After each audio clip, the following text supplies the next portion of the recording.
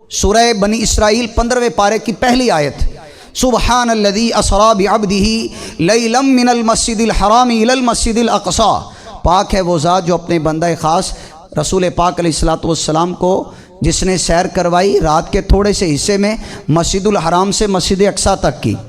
یہ جو رات کا سفر تھا یہ بڑا دیدنی سفر ہے۔ امام بصیری رحمۃ اللہ علیہ نے قصیدہ بردہ شریف کے اندر اس کی منظر کشی کی ہے۔ آپ ذرا تصور کریں، ہم تصور تو کر سکتے ہیں نا، تصور کریں۔ امام بصیری رحمۃ اللہ علیہ نے ایک مثال دی ہے، جیسے 14ویں رات کا چاند ہوتا ہے جس کو عربی میں بدر کہتے ہیں، 14ویں رات کا چاند بدر، پوری خوب اندھیری رات ہو اور 14ویں رات کا چاند یوں سیر کرتا ہوا جا رہا ہو۔ آپ تصور کریں، اندھیری رات ہے اور 14ویں رات کا چاند بدر یوں تیرتا ہوا سیر کرتا چلا جا رہا ہے، کتنا حسین لگتا ہے۔ امام بصیری رحمۃ اللہ علیہ نے قصیدہ بردہ شریف میں منظر کشی کی، فرمایا آقا علیہ السلام بھی جب مسجد الحرام سے مسجد اقصی کی سیر کر رہے تھے یوں ہی لگ رہا تھا کہ خوب اندھیری رات ہے اور 14ویں رات کا چاند سیر کر رہا ہے۔ امام بصیری فرماتے ہیں سریت من حرم لیلا الی حرم کما سر البدر فی داج من الظلم۔ آپ فرماتے آقا آپ نے سیر کی رات کے تھوڑے سے حصے میں ایک حرم سے دوسرے حرم کی۔ پہلا حرم کون سا ہے اور دوسرا کون سا ہے؟ جی پہلا مسجد الحرام، اور یہاں جس حرم کی بات کی گئی وہ بیت المقدس کی بات کی گئی۔ سریتا آپ نے سیر فرمائی، من حرم لیلا الی حرم، آقا رات کے تھوڑے سے حصے میں آپ نے مسجد الحرام سے مسجد اقصی تک کی سیر کی۔ کس طرح لگ رہا تھا؟ آپ کیسے نورانی لگ رہے تھے؟ آپ کا چہرہ اقدس کیسے نور بانٹ رہا تھا؟ کما سرل بدرو فی داجم من الظلم، آقا جس طرح اندھیری رات کے اندر 14ویں رات کا چاند تیرتا ہوا سیر کرتا جاتا ہے، اسی طرح آپ کا چہرہ اقدس بھی خوبصورت لگ رہا تھا۔ سریت من حرم لیلا الی حرم کما سر البدر فی داجم من الظلم۔ یہ شان رسول اعظم صلی اللہ علیہ وسلم کی معراج کے لیے رات کا انتخاب ہوا ہے، دن کو نہیں ہوئی۔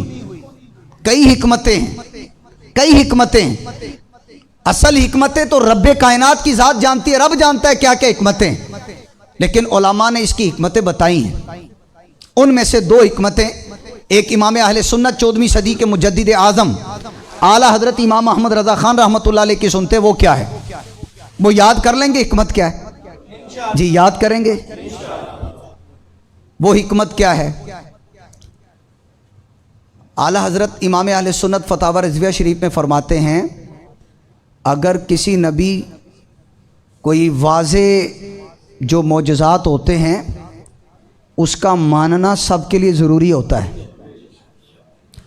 اگر کوئی انکار کرے گا تو پوری قوم عام عذاب کے اندر مبتلا ہو جائے گی، پوری قوم عام عذاب میں مبتلا ہو جائے گی اگر کوئی انکار کرے گا۔ اب مومنوں نے تو انکار کرنا نہیں تھا، مسلمانوں نے چاہے دن کو ہوتی چاہے رات کو ہوتی ماننا ہی ماننا تھا۔ دن کو ہوتی کافر ان کے مقدر میں ایمان تھا نہیں تو وہ انکار کرتے، جب انکار کرتے تو ان کو کیا ملتا؟ عام عذاب۔ لیکن رب کا قرآن میں فیصلہ ہے وَمَا كَانَ اللَّهُ لِيُعَذِّبَهُمْ وَأَنْتَ فِيهِمْ۔ اے پیارے رب کی یہ شان نہیں ہے کہ آپ ان میں ہوں اور رب ان کو عام عذاب میں مبتلا کر دے، رب کی یہ شان نہیں ہے۔ ایک طرف ہے انکار کرنا ہی کرنا تھا، انہوں نے دن میں ہوتا انکار کرتے تو عذاب میں آتے، اور قرآن کہتا ہے پیارے ہوں تو رب عذاب نہیں دیتا۔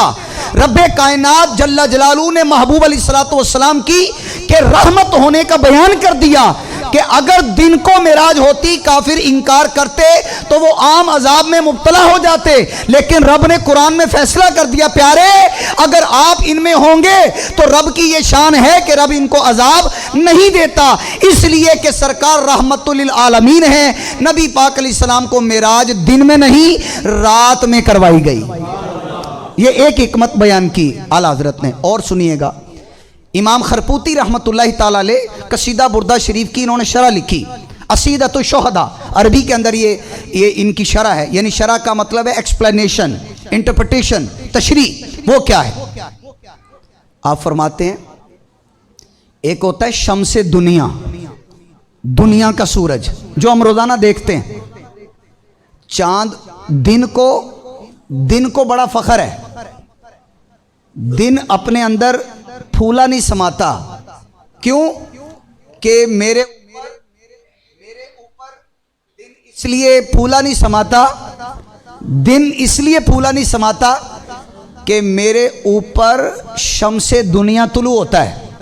آپ دیکھ لیں یہ دن کو ہی زیادہ حاصل ہے نا، رات کے پاس تو سورج نہیں ہے، توجہ چاہیے، رات کے پاس سورج نہیں ہے، دن کے پاس سورج ہے۔ اب دن فخر کرتا ہے جی سورج میرے اوپر طلوع ہوتا ہے،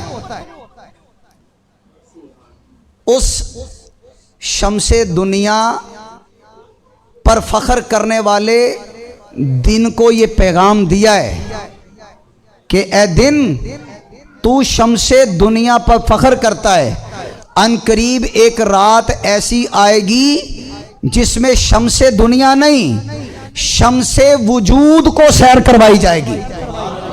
نبی پاک علیہ السلام اصل کائنات ہیں، آپ کا صدقہ رب نے کائنات کو پیدا کیا ہے، تو جب دن شمس دنیا پر فخر کرتا ہے تو دن کو پیغام دیا ہے کہ تو اتنا اترا نہ کہ رات کے پاس سورج نہیں ہے، تیرے پاس دن کا سورج ہے لیکن رات ایک ایسی آنے والی ہے جس کے پاس شمس دنیا نہیں بلکہ شمس وجود سیر کرنے والا ہے۔